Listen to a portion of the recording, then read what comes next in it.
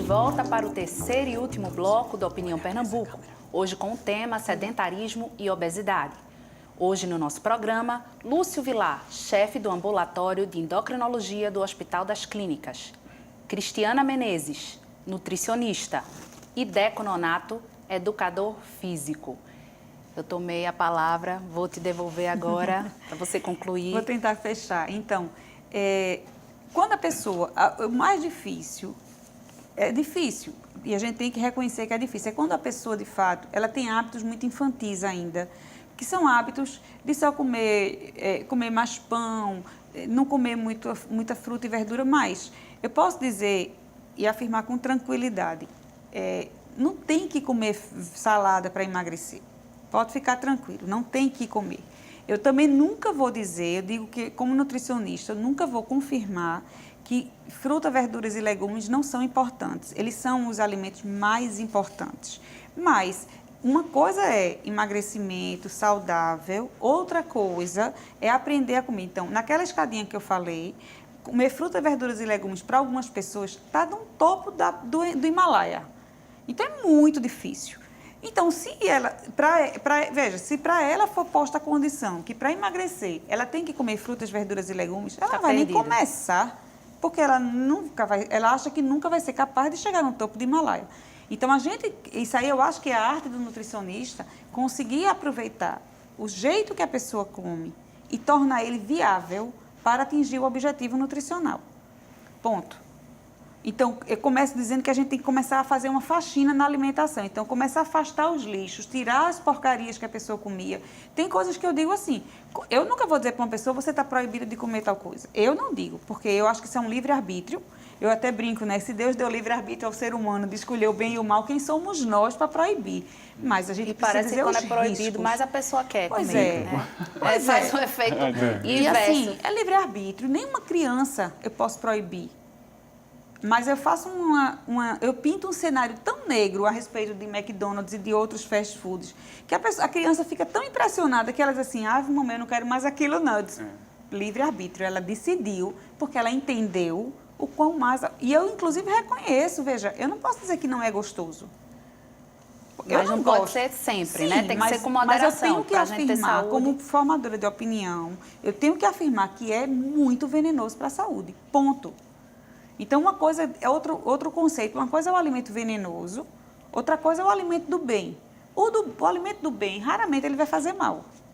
A não ser em caso de alergia, como o ovo, por exemplo. Não é como o ovo vai fazer mal. A não ser em casos muito pontuais, que é a exceção da exceção da exceção. Agora, nunca todinho, achocolatados, biscoito recheado, vai fazer bem. Nunca vai fazer bem. Eu digo sempre o seguinte, uma comida legal, boa, é uma comida perecível. Isso, quanto menos ela dura, melhor ela é para o organismo. E aí eu decidi mudar. Fui para o médico, fui para a nutricionista, procurei um educador físico para me dar algumas orientações. Mas aí eu moro numa cidade, né, no caso, vamos ser mais específicos, eu moro em Recife, no Recife, que é uma cidade que não tem segurança, tem poucas ciclovias. Se eu moro num subúrbio, eu não vou ter muita oferta de parques, não vou ter uma praia para caminhar, enfim. Como é que a gente dribla isso, Deco? Como é que a gente consegue mudar mesmo com o nosso ambiente desfavorável? Tem como? Tem como sim. A gente tem alguns casos, inclusive, que pessoas que começaram nessa situação, um sobrepeso muito, eu acho que a obesidade 3, 4, ele estava com 187 quilos. Uma pessoa com 1,82 m, com 187 quilos, conseguiu perder 105 quilos, sem redução, com alimentação. Sem cirurgia, né? Sem cirurgia, sem absolutamente nada, obviamente, com mudança de hábito. E hoje ele trabalha com doces, fazendo bolo, Então, assim, foi uma mudança dele. A princípio, uma coisa bem dentro de casa, que eu digo sempre que, assim, quando a casa favorece a sua dieta, é muito mais fácil. Quando tem alguém que não está nessa dieta, não condiz com o mesmo conceito dele naquela hora, fica muito mais difícil para ele. É igual um fumante, quando tem alguém fumando do lado dele, ou ex-fumante, sempre é mais complicado. Mesma coisa na dieta dentro de casa. Então a família começou a ajudar, ele começou a perder peso, chegou aos 105 quilos perdido. E hoje fez só uma cirurgia para retirar a pele, né? O excesso de pele que ele tinha. E está ótimo, mudou isso aí. No início ele tinha menos E aí ele fez acesso. isso caminhando na rua? Isso, caminhando na rua. Começou a fazer as coisas que ele fazia antes. Vou para a universidade. Começou a ir de ônibus, deixou o carro em casa e aí foi para a universidade de ônibus. Ele começou a mudar um pouco essa rotina, que ele começou a perceber que essa rotina deixava ele extremamente exausto. Ele não queria isso, porque ele carrega por dia 100 quilos de peso. Não muda, é 100 quilos agora, durante o dia. É muita coisa, doutor Lúcio. E quando é que... Bom, a gente tenta, mas aí tem momentos que a gente tem que entrar com remédio. Como é que a gente sabe qual é o momento certo e quando é necessário ou não? A obesidade é uma doença crônica de difícil tratamento. Isso. Então, ainda hoje tem pessoas que pensam mais claramente que o obeso é um indivíduo glutão, sem autoestima, estima baixa, irresponsável. Não é. A obesidade tem vários, preguiçoso, né? Não faz... Ele tem vários fatores que vão contribuir para ele ganhar peso e vão levar ele. Esse excesso de peso é uma doença. Isso. E o problema é uma doença que a reboque traz outras doenças. Diabetes mellitus, hipertensão, infarto, câncer. Né? E osteoporose. Osteoporose, alguns obesos eles têm uma tendência a fraturar mais, mesmo sem ter osteoporose na densitometria. Problema articular, né? Isso. Circulação. Então depressão, enfim. Então são vários problemas que o obeso tem e que precisa ser tratado. Então, como qualquer doença crônica, exemplo de hipertensão e diabetes, se a dieta e a atividade física, a mudança do estilo de vida não funcionar, tem que tomar remédio. Então, em geral, o que as associações recomendam, tipo Anvisa ou Abeso, é que se a partir do IMC de 27, que é a altura dividido pelo... peso dividido pela altura ao quadrado. Altura em metros. Então, 1,8, 1,80 m, 1,8 vezes 1,8 está no denominador, está embaixo da fração, em cima o peso. Isso aí, se eu tá para assar... a partir de 25, entre 25 e 29,9 é sobrepeso, a partir de 30 seria obesidade. Então, a indicação de tratamento seria isso, a partir de 27. Só que tem pacientes com 25 que a gente tem que fazer.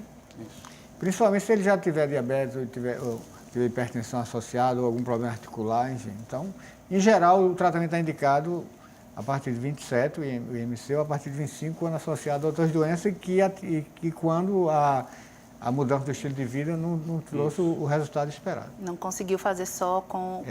E aí são muitos pacientes. Então, tem até eu vi recentemente, estava dando aula, eu peguei um slide, era assim, nos Estados Unidos, dos indivíduos obesos que precisam usar remédio, 10% estavam usando. Só. Dos diabéticos que precisavam usar remédio, 80% estavam usando. Então você vê ainda, mesmo nos Estados Unidos, as pessoas encaram de forma diferente. Uma resistência, né? Diabéticos, porque aqui, que eu queria comentar, que é uma moda, não é? Tomar remédio para emagrecer é uma moda e é uma coisa bastante perigosa. Então, o problema é esse. Tomar remédio para emagrecer é uma coisa. Tomar remédio como parte do tratamento da obesidade é outra coisa. Então, as pessoas querem começar pelo fim. Porque, veja, o doutor Lúcio disse uma coisa. Ou, por exemplo, uma pessoa que está acamada por algum motivo, ou às vezes é um paciente que é especial, por exemplo. Estou dando situações extremas, né? Uma pessoa um paciente que é especial, ele tem uma dificuldade de locomoção, ele está muito obeso, porque, enfim, ele é guloso, e um consumo um gasto energético baixíssimo. Então, como você vai fazer para mobilizar um paciente desse para um estilo de vida saudável? É complicado. Você não consegue cognitivamente acessar essa pessoa, você não consegue, por outro lado, também fisicamente mexer com essa pessoa. Então, realmente precisa de... Eu estou dando situações muito extremas. Mas a obesidade, ela, como o doutor Lúcio disse, é uma doença crônica e que precisa de tratamento, mas não pode começar pelo fim.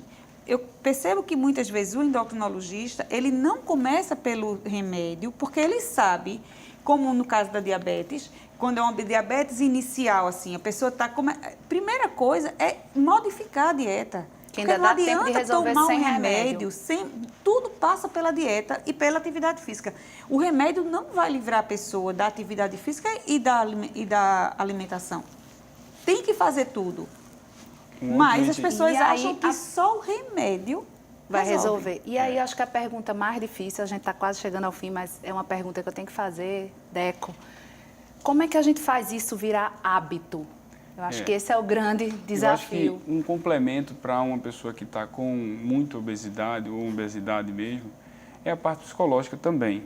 Então, ele precisa se ele não conseguir mudar hábitos, as coisas, de um acompanhamento na parte psicológica, para ele realmente ter um pouco mais de consciência do que ele está fazendo com o corpo dele, com a saúde dele. Mas é preciso um conjunto disso aí para a gente conseguir chegar nessa conclusão positiva. Então, realmente é importante a cabeça estar bem, para você também entrar num... E o próprio organismo precisa de um pouco de tempo para se adaptar a tudo isso, né? Sim. Seja a dieta, seja os exercícios, não é rapidamente comecei e já vou ter... É assim, doutor? Demora um pouco também para a gente começar... E você tem que escolher o remédio que mais se adequa ao paciente. Isso. Escolher a alimentação que mais se adequa e escolher o exercício que mais se adequa. Né? A gente costuma... Tem um leque. O médico, ele tem vários medicamentos, nem são tantos, né, doutor Lúcio? Infelizmente. Nos Estados Unidos tem mais aqui dentro. Mas a gente tem várias cartas na manga, vários caminhos. Eu brinco que todo caminho vai dar na venda. Mas precisa escolher o melhor caminho. Isso. Né? A história do Chapeuzinho Vermelho que escolheu o caminho errado, ela terminou chegando no resultado errado. De uma forma muito simples, como é que eu vou pegar uma pessoa com muito sobrepeso, com obesidade, e vou iniciar com uma corrida? Ele vai ter um nível de desgaste altíssimo, ele não vai conseguir. E pode até lesionar e aí não vai fazer mais exercício nenhum. Sem dúvida. Então, essas opções vai de acordo com a realidade dele. Então, é melhor, de repente, uma caminhada, um exercício de baixo impacto, uma natação. Ele precisa, aos pouquinhos, ir ativando a musculatura que estava parada para realmente consumir aquelas reservas de gordura, né, ao longo do dia. Porque a gente tem essa tendência, funcionou com a vizinha, funcionou com a irmã, vai funcionar comigo. E nem sempre é isso, né? Tem que ser algo personalizado, digamos assim. Tem que ser individualizado. Né? Eu acho que precisa existir uma parceria, um querer que o outro mude. O médico precisa chegar perto, com afeto, com alguma compreensão daquela dificuldade. A gente também precisa chegar muito perto. Porque é muito fácil do alto da autoridade da gente, do conhecimento, das estatísticas e dos exames e dos estudos, de fazer julgamentos. Mas uma frase que eu acho que é muito importante é da vida de cada um é quem sabe. Então, cada pessoa que sabe como ela vai resolver o problema. Agora, ela precisa começar a querer resolver. Então, é procurar o médico, fazer a triagem, procurar o nutricionista para fazer o planejamento da alimentação viável, factível, então ele precisa ser verdadeiro com a gente, porque às vezes o paciente engana, diz uma coisa, mas não diz a verdade. Como é que eu posso trabalhar a realidade de outra pessoa se ela não me diz a realidade dela?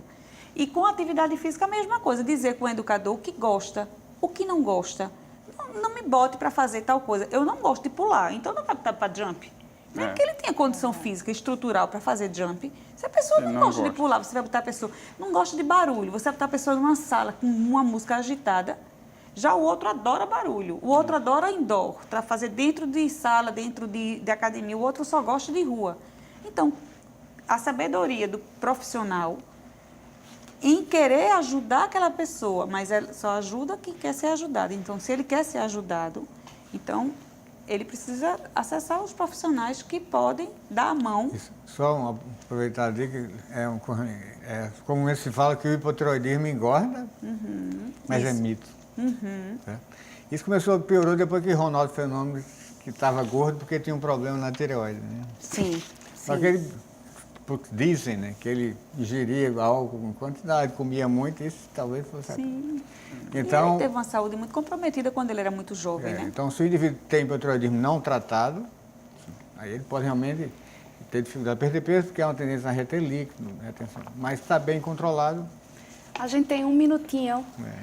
Considerações finais, rapidamente, vocês gostariam de fazer? Acho que essa questão que a obesidade é uma doença crônica que requer tratamento contínuo. Tem que começar a subir a escadinha. Né? Então, começar a mexer com a alimentação de uma maneira bem adequada para cada um, bem individualizada. E que é possível, não é desistir, de forma alguma. É possível chegar na qualidade de vida e num padrão bom para a saúde. Muito obrigada. O Opinião Pernambuco de hoje fica por aqui. Muito obrigada pela audiência e até o próximo programa.